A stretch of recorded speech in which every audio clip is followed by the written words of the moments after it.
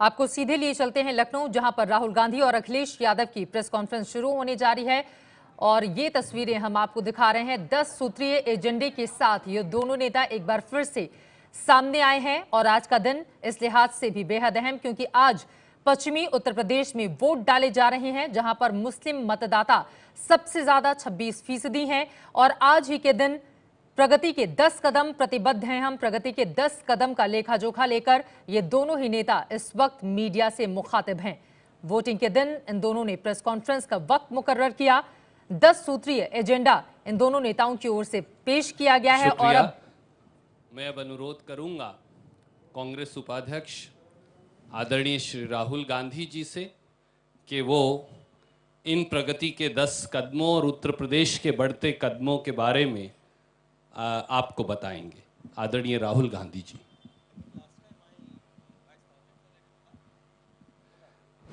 जैसा I think पिछली बार मैंने स्टार्ट किया था, तो I let Akhilesh go first, I go second. कोई बात नहीं। आदरणीय मुख्यमंत्री जी। नहीं, ये बात तो अच्छी है कि लखनऊ में आने से पहले आप वाली बात आ गई। मैं सबसे पहले आपका धन्यवाद देता हूँ, स्वागत करता हूँ। साथ ही साथ राहुल जी का भी धन्यवाद देता हूँ कि अपने व्यस्त कार्यक्रम में और हम लोग शामिल होकर के आज जो 10 बिंदु हैं, जिनका नाम दिया है प्रगति के 10 कदम, जो दोनों ने मिलकर के बनाए हैं, जिन पे कांग्रेस और समाजवादी पार्टी भविष्य में सरकार बनने के बाद इन 10 फैसलों पर लगातार काम करेगी सरकार। उनमें पहले मैं कह सकता हूँ, पढ़ दें ये बात? पढ़ लीजिए। हाँ, युवाओं को फ्री स्मार्टफोन और 20 लाख युवाओं को कौशल प्रशिक्षण से रोजगार की गारंटी देने का काम होगा। किसानों को कर्ज से राहत, सस्ती बिजली और फसलों के उचित दाम देने के लिए लगातार सरकार में काम किसानों के लिए होता रहेगा। कई बार पेंशन अलग अलग हैं और बहुत सारे वर्ग के लोगों को अलग अलग पेंशन मिलती है, इसलिए 1 करोड़ गरीब परिवारों को 1000 मासिक पेंशन और शहरी गरीबों को 10 दिन का भोजन। महिलाओं को सरकारी नौकरी में 33% और पंचायत व स्थानीय चुनाव में 50% आरक्षण। 5 साल में हर गांव तक बिजली, पानी और सड़क। कक्षा 9 से 12 की सभी छात्राओं, मेधावी छात्रों को फ्री साइकिल। दलित एवं पिछड़े वर्ग के 10 लाख से ज़्यादा गरीब परिवारों को मुफ्त आवास। प्रदेश के सभी जिलों को जोड़ती 4 लेन सड़क और 6 प्रमुख शहरों में मेट्रो का बनाना। लाभप्रद योजनाओं में अल्पसंख्यक व पिछड़ों को जनसंख्या के अनुपात में हिस्सेदारी। तेज और असरदार कार्रवाई के लिए पुलिस का आधुनिकीकरण और यूपी 100 का योजनाबद्ध विस्तार किया जाएगा। मैं समझता हूँ ये जो 10 बिंदु हैं, इसके साथ साथ जो समाजवादी पार्टी और कांग्रेस मिलकर के काम करेगी, कम से कम जनता को इस बात का भरोसा है कि जो बात जनता के बीच में रखी जाती है, सरकार बनने के बाद उन चीज़ों को पूरा किया जाता है। कम से कम समाजवादी लोग जो बात करते हैं उसको ज़मीन पर भी उतारते हैं। कई बार लोग मन की बात करते हैं लेकिन काम की बात नहीं करते। मन की बात तो सुनने में समझ में आती है, लेकिन सभाओं में उस जिले में या उनकी सरकार की वजह से कौन सी उपलब्धि हुई है, ये बात कही जाए कि खुनबों का गठबंधन हो गया। मैं तो ये कहूँगा कि 2 युवाओं को कांग्रेस और समाजवादी पार्टी को साथ साथ आने का काम हुआ है। ये कुनबों का गठबंधन तो उन्हें लग सकता है, लेकिन 2 युवाओं का गठबंधन है। जब आप इंटरनेट की बात करें और इंटरनेट को समझने में 2 युवा बहुत समझदार हों और प्रदेश और देश के युवाओं को जोड़ने में कामयाब हों, तो मैं समझता हूँ ये अच्छी बात होगी। वहीं बहुत ज़्यादा इमोशनल और बहुत ज़्यादा गुस्सा होने की ज़रूरत नहीं है। इमोशनल होना, गुस्सा होना कहीं ना कहीं ये बता रहा है कि ज़मीन सरक गई है। और हम तो ये कहते हैं हम किसी से कुछ नहीं छीन रहे। ये समाजवादी पार्टी और कांग्रेस पार्टी किसी से कुछ छीन नहीं रही है। छीनने का डर क्यों है किसी को? हम तो केवल सरकार में जैसे थे वैसे ही आना चाहते हैं।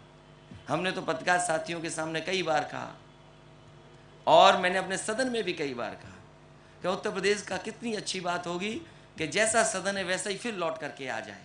और मुझे खुशी है इस बात की, सुबह से जो जानकारी मिल रही है उत्तर प्रदेश के पहले हिस्से का, पहले चरण का जो चुनाव हो रहा है, मैं तमाम मतदाताओं का धन्यवाद दूंगा।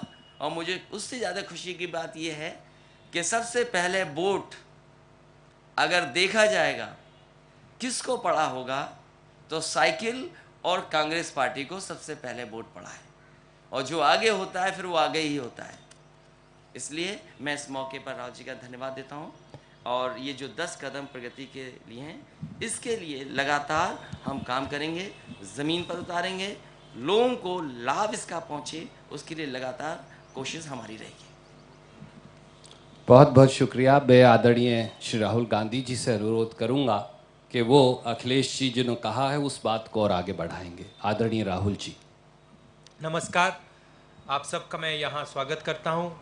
कांग्रेस पार्टी के जो हमारे सीनियर नेता हैं, प्रेस के मित्रों, आप सबका यहाँ बहुत बहुत स्वागत। अखिलेश का भी धन्यवाद करता हूँ। आपने बहुत अच्छी तरह हमारा जो 10 पॉइंट्स का फाउंडेशन है उसको समझाया। हम चाहते हैं कि उत्तर प्रदेश में युवाओं की सरकार आए, विजन की सरकार आए। बाकी पार्टियां फाउंडेशन की बात नहीं कर रही हैं। हमने ये 10 जो पॉइंट्स रखे हैं, ये उत्तर प्रदेश के डेवलपमेंट की फाउंडेशन है, नींव बन सकती है। मगर हमारी जो सरकार बनेगी इससे आगे जाएगी। हमारी कोशिश होगी कि उत्तर प्रदेश में सबकी सरकार बने, उत्तर प्रदेश के हर व्यक्ति को लगे कि ये सरकार मेरी है, भाईचारे की, मोहब्बत की सरकार होगी। हम किसानों की मदद करेंगे, युवाओं को रोजगार देने का काम करेंगे। प्रधानमंत्री जी ने 2 करोड़ युवाओं को वायदा किया था कि वो हर साल 2 करोड़ युवाओं को रोजगार देंगे। 1 लाख रोजगार से कम उन्होंने दिया है। हम यहाँ पे उत्तर प्रदेश को ट्रांसफॉर्म करेंगे। 1 डिस्ट्रिक्ट 1 प्रोडक्ट की सोच, हर डिस्ट्रिक्ट की जो स्ट्रेंथ है उसको हम आगे बढ़ाएंगे, निकालेंगे और उससे उत्तर प्रदेश को बनाएंगे। आप सब एक बार फिर यहाँ आए, आपका बहुत बहुत धन्यवाद। बहुत शुक्रिया। मैं आपसे अनुरोध करूंगा, कोशिश करेंगे जितने ज़्यादा दोस्तों के सवाल हो सकें वो लें, पर एक एक करके ही हो पाएगा। मैं यूएनआई से शुरू करूंगा, नरेंद्र श्रीवास्तव जी से। मेरा राहुल जी अखिलेश जी से, दोनों से मेरा ये सवाल है। कल प्रधानमंत्री ने कहा है कि कांग्रेस पार्टी के लोग अपनी हद में रहें, और यह भी कहा है कि हमारे पास सबकी जन्म पत्री है। क्या आप इसको धमकी मानते हैं? डेमोक्रेसी के लिए कितना जायज या नाजायज है?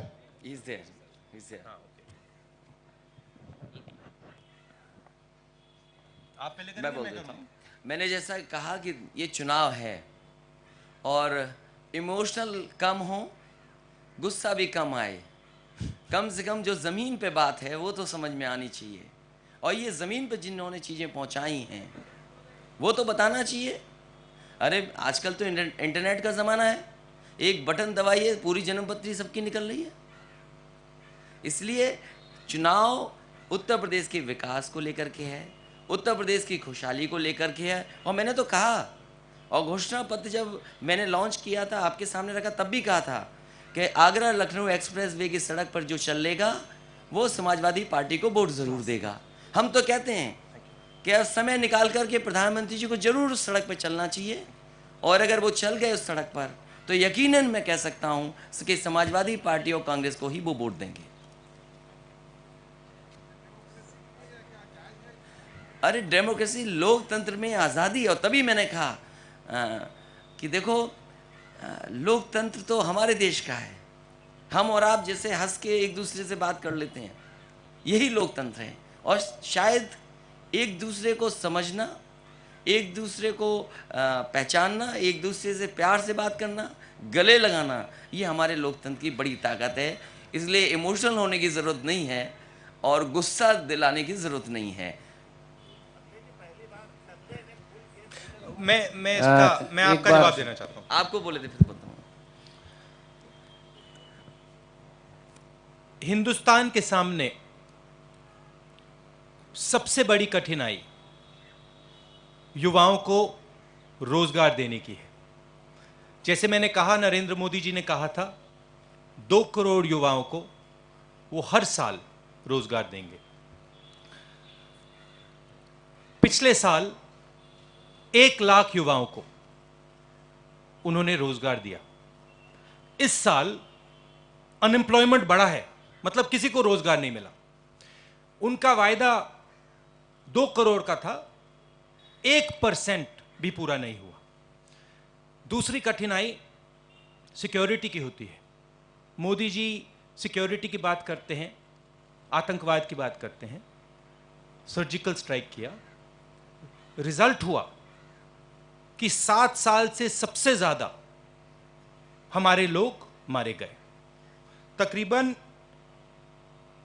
90 लोगों की मृत्यु हुई है कश्मीर में सिक्योरिटी फोर्सेस की। तीसरी बात, नरेंद्र मोदी जी ने 1,40,000 करोड़ रुपया 50 परिवारों का कर्जा माफ किया। उत्तर प्रदेश में लाखों युवा हैं जो इस पैसे का प्रयोग कर सकते थे, जो छोटा सा बिजनेस चालू कर सकते थे। हिंदुस्तान में करोड़ों किसान हैं जो इस पैसे का प्रयोग कर सकते थे। नरेंद्र मोदी जी इन सब चीजों में फेल है। अब मैं समझता हूं कि नरेंद्र मोदी जी को जन्मपत्री पढ़नी अच्छी लगती है, गूगल सर्च करना अच्छा लगता है और लोगों के बाथरूम में झांकना अच्छा लगता है। वो चीजें वो अपने फ्री टाइम में करें, शाम को करें, मगर मेन प्रधानमंत्री का काम होता है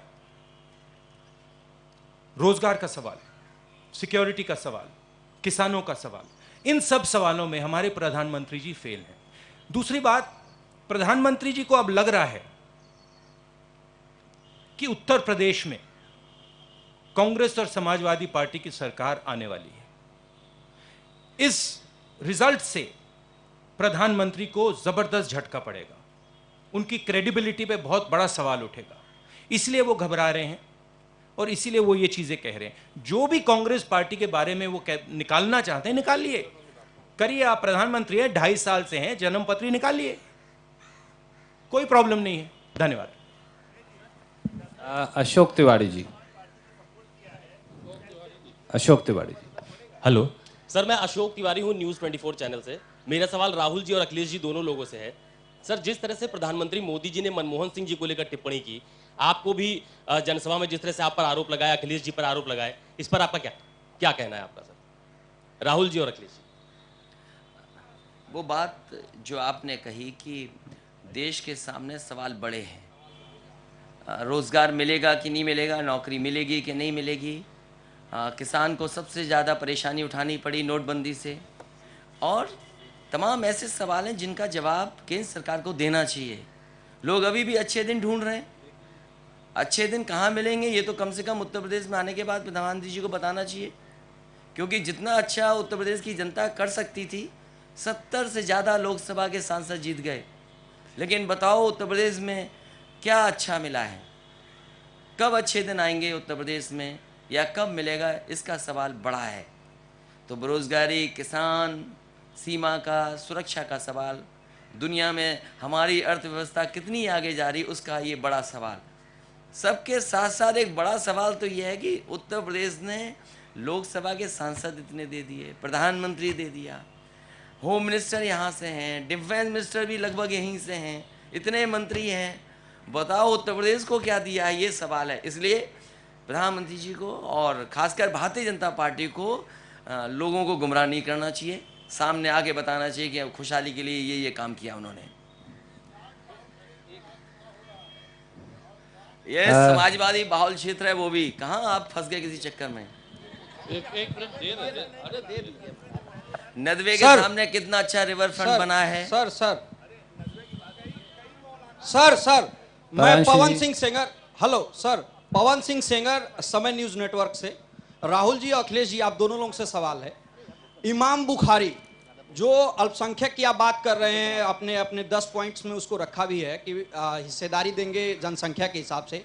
उन्होंने गठबंधन का विरोध किया है, सीधे एक पार्टी का समर्थन किया है। कलवे जवाद है उत्तर प्रदेश के आते हैं, बड़े मौलाना हैं, उन्होंने भी आप दोनों लोगों का विरोध किया है गठबंधन का। इस पे दोनों लोगों का रिएक्शन क्या है? देखिए, जो दोनों लोगों के नाम लिए हैं आपने, लखनऊ वाले इमाम साहब बहुत अच्छे हैं, बहुत बड़े हैं। उनके आसपास जो सुंदरता लाई गई है वो समाजवादी लाए हैं। अब थोड़ा बहुत नाराज़गी है, वो आप बेहतर जानते हो किस बात को लेकर नाराज़गी उनकी है। व्यक्तिगत नाराज़गी अगर किसी व्यक्ति से उनको है तो वो तो पॉलिटिकल नाराज़गी नहीं बनानी चाहिए उन्हें। और अभी तो वो भारतीय जनता पार्टी के लिए वोट मांग रहे थे, अब वो बहुजन समाज पार्टी के लिए वोट मांग रहे हैं। कहीं ऐसा तो नहीं है कि वो गठबंधन दोनों का करवा रहे हों। और जहाँ तक दिल्ली वाले उनकी बात है, कहें वो कुछ भी, उनसे अकेले में पूछ लेना, वो आशीर्वाद हम ही दोनों को देंगे। प्रांशु जी, नेटवर्क तो 18। आपका जो पहला सवाल था उसको मैं थोड़ा रिस्पॉन्ड करना चाहता हूँ। देखिए, नरेंद्र मोदी जी की स्ट्रैटेजी डिस्ट्रैक्शन की है। जब भी उन्हें लगता है कि वो किसी चीज़ का जवाब नहीं दे पा रहे हैं, जैसे रोजगार का जवाब नहीं दे पा रहे हैं, सिक्योरिटी का जवाब नहीं दे पा रहे हैं, डिमोनेटाइजेशन का जवाब नहीं दे पा रहे हैं, तो फिर ये इन चीज़ों में लगते हैं। ये इनकी स्ट्रैटेजी है और पूरा देश जानता है कि ये डिस्ट्रैक्ट करने की कोशिश करते हैं। सच्चाई ये है कि पिछले 2.5 साल में नरेंद्र मोदी जी 100% फेल किए हैं। रोजगार के मामले में, सिक्योरिटी के मामले में, डिमोनेटाइजेशन के मामले में, 15 लाख के मामले में, काले धन के मामले में। प्रांशु जी। Sir, this is Pranshu from Network 18. My question to both of you is that your alliance, and it seems that it's the biggest opponent or the threat for this alliance. On January, when you both have held a press conference here, I've asked you a question and would like to repeat it again. That over the period of almost 2 weeks, when you both have gone into campaign together, do you now get a sense that you should move beyond 2017 and also have this alliance in 2019? So is that a sense which you both of you get now, at least after 11 days of campaign? See, this is an alliance between two youngsters. It is also an alliance with a shared vision. We have not come here simply to come to power in Uttar Pradesh. We have come here to transform Uttar Pradesh.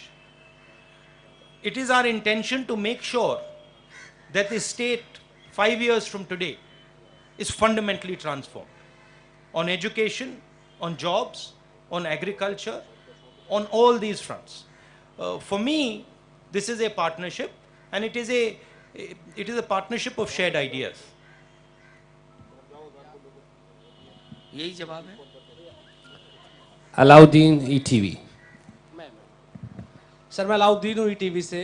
मुझे लगता है कि जो 10 प्राथमिकताएं आपकी हैं, उससे पहले इस प्राथमिकता पर अगर आप जवाब दे देते थोड़ा बेहतर होता। सवाल ये है, ये करीब 1 दर्जन सीटें ऐसी हैं, मेरा मानना ऐसा है, जिस पर आप लोग बेहतर कर सकते हैं, लेकिन जो है जो पेच फंसी हुई है, आपके दो लोग उतर गए हैं मैदान में, तो उससे कहीं ना कहीं से एक मैसेज थोड़ा नेगेटिव जा रहा है। इसको अगर आप लोग सुलझा लें तो एक पॉजिटिव मैसेज भी जाएगा। अभी 6 चरणों का चुनाव बचा हुआ है, इस पर कहना क्या है? करीब 1 दर्जन सीटें हैं सर। हाँ, धन्यवाद हमारी मदद करने के लिए, धन्यवाद। नहीं, मैं आपको देता हमारी मदद करने के मैं लिए। आपको देता हूँ। उत्तर प्रदेश में टोटल 400 सीटें हैं, 403। 403 सीटें में 99% सीट्स में कोई प्रॉब्लम नहीं है।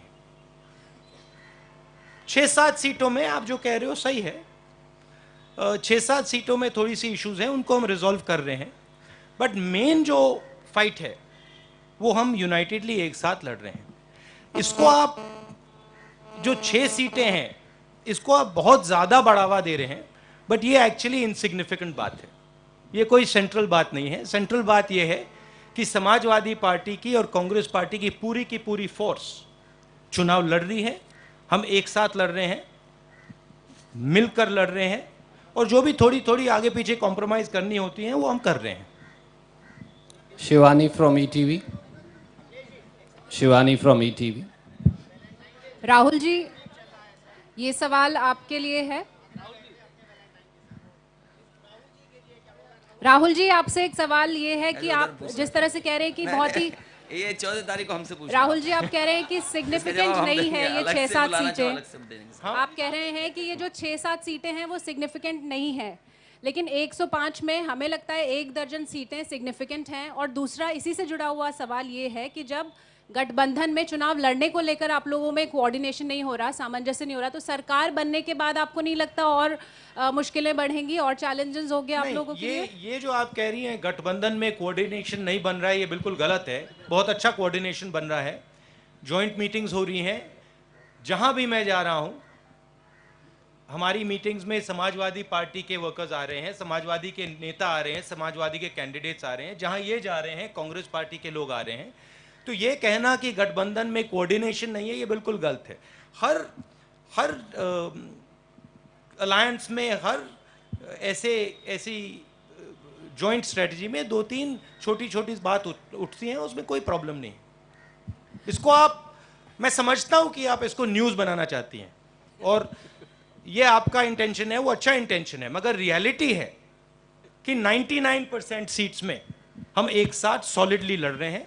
और रियलिटी ये भी है कि उत्तर प्रदेश का जो वोटर है वो क्लियरली इस बात को समझ रहा है कि समाजवादी और कांग्रेस पार्टी का गठबंधन चुनाव जीतने वाला है। समाजवादी और कांग्रेस का गठबंधन उत्तर प्रदेश को बदलने वाला है।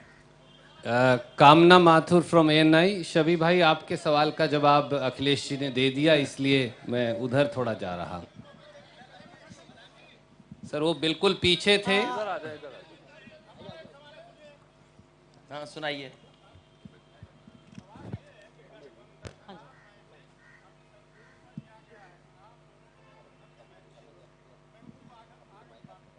राहुल जी, अखिलेश जी, मैं ये कह सकता हूँ, हाँ जी, हाँ जी, मैं ये कह सकता हूँ जो सवाल ETV के हमारे दोनों साथियों ने पूछा और आपका, हमारी मदद करने के लिए धन्यवाद। और दूसरा जो मैसेज बहुत पॉजिटिव है। लोग सरकार बनाना चाहते हैं और इसी गठबंधन से घबरा करके लोगों को गुस्सा आ रहा है, लोगों के बयान बदल रहे हैं, भाषाएं बदल रही हैं, लोग विकास की बातें करने लगी हैं। पत्थर वाली सरकार, सोचो विकास की बात करे, ये गठबंधन का डर ही तो है। और फिर बीजेपी जो देश में सरकार चला रही है वो कुनवों की बात करे। अरे उन्हें 2 युवाओं से घबरा रहे हैं, वो डर रहे हैं 2 युवाओं से कि नई सोच के लोग अगर आ गए और देश में जहाँ इतनी बड़ी आबादी में नए लोग हैं तो सोचो क्या होगा उनका, क्योंकि वो तो बनावटी इंटरनेट लगते हैं कि बनावटी चीज़ें चलाते होंगे। हम तो दोनों लोग समझते हैं उस बात को, उम्र के हिसाब से सब सीखी हैं चीज़ें।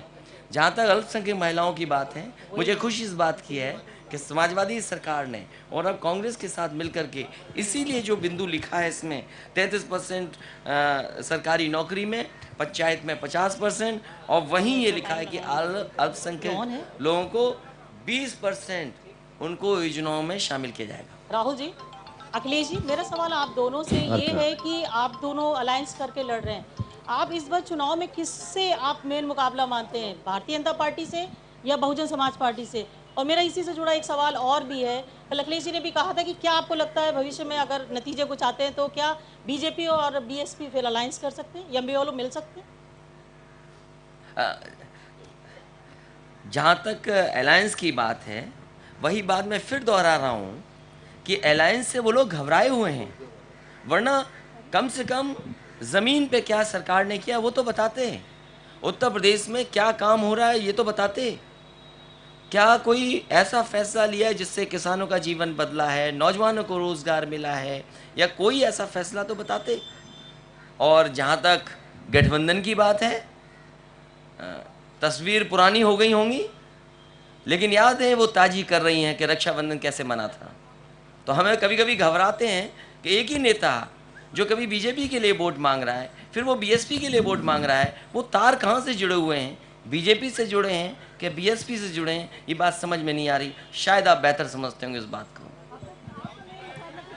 बहुत शुक्रिया, क्योंकि आप दोनों को बहुत सारी आज जनसभाएं हैं और जाना है, बहुत सारे प्रश्न और लेना चाहते थे, पर ओके। तृप्तिनाथ, last question. नमस्कार राहुल जी और अखिलेश जी, नमस्कार and congratulations on your alliance. एक छोटा सा सवाल है, भाजपा के नेताओं ने आप पे आरोप लगाए हैं कई तरह के, स्मृति ईरानी जी ने भी और पीयूष गोयल जी ने भी यहाँ आके ये बयान दिया है कि कुछ सेंट्रल गवर्नमेंट की स्कीम्स हैं जिसका आपने कायदे से खर्चा नहीं किया है, और स्वच्छ भारत अभियान के दौरान भी उन्होंने कुछ अमाउंट सैंक्शन किया था और कई जगह बिजली नहीं पहुंची है। इस पे आपको क्या कहना है? कई घरों में बिजली नहीं पहुंच पा रही है क्योंकि आपकी सरकार उसका कायदे से खर्चा नहीं करी। क्या आप इस बात से सहमत हैं? मैं ये कह सकता हूँ कि उत्तर प्रदेश में जब भी कभी केंद्र योजनाओं का पैसा आया है, सही इस्तेमाल हुआ है, बिजली की व्यवस्था बेहतर की है, शहरों को कम से कम 24 घंटे बिजली उपलब्ध करा रहे हैं, गाँव में 16 और 18 घंटे बिजली उपलब्ध कराते हैं। आने वाले समय में शहर में 24 और गांव में भी 24 घंटे बिजली। कम से कम जो मंत्री इस बात को ये प्रेस में कह रहे हैं, कम से कम उन्हें ये बताना चाहिए कि मथुरा का वो गांव जो बताया था और लाल किले से जिस गांव के बारे में नाम लिया गया था, वो धोखा किसने दिया था? और जहाँ तक बिजली का सवाल है, बिजली पे समाजवादी लोगों ने बहुत अच्छा काम किया है। और जिस समय दिल्ली की सरकार थी, दिल्ली की सरकार ने जो पैसा दिया था वो ज़्यादा पैसा दिया था हमें। रूरल इलेक्ट्रिफिकेशन के लिए उन्होंने ज़्यादा पैसा दिया था। इस सरकार ने तो पैसा हमारा काट दिया है। तो हम तो कहते हैं कि कांग्रेस सरकार ने ज़्यादा पैसा दिया था, बीजेपी की सरकार ने तो पैसा रोक दिया। मैं एक सेकंड, राहुल जी आंसर कर रहे हैं, एक सेकंड सुनिए प्लीज। मुझे उनका जवाब देने दीजिए। मैम, मैं आपके सवाल पर आपसे एक सवाल पूछता हूं। आप मुझे बताइए, मोदी जी ने उत्तर प्रदेश के लिए पिछले 2.5 साल में क्या किया है? मुझे इसका आप जवाब दीजिए। नहीं, आप शांत हो जाइए एक सेकंड। मैडम, आप मुझे बताइए, नरेंद्र मोदी जी ने उत्तर प्रदेश के लिए पिछले 2.5 साल में क्या किया है? नहीं, बताइए, क्लियरली बताइए। दावे किए आप, क्लियरली बताइए। नरेंद्र मोदी जी ने पिछले 2.5 साल में इस प्रदेश के लिए क्या किया? रोजगार दिलवाया? नहीं। किसानों की मदद की? नहीं। लाइन में खड़ा कर दिया सबको, गरीबों को खड़ा कर दिया, कहा कि तुम्हारे जेब में जो पैसा है उसको मैंने कागज कर दिया है, रद्दी कर दिया है, तुम लोग जाके लाइन में खड़े हो। आप मुझे बताइए, नरेंद्र मोदी जी का एक मित्र, सूट बूट वाला मित्र आपको लाइन में दिखा? बहुत बहुत शुक्रिया सभी बहुत बहुत धन्यवाद।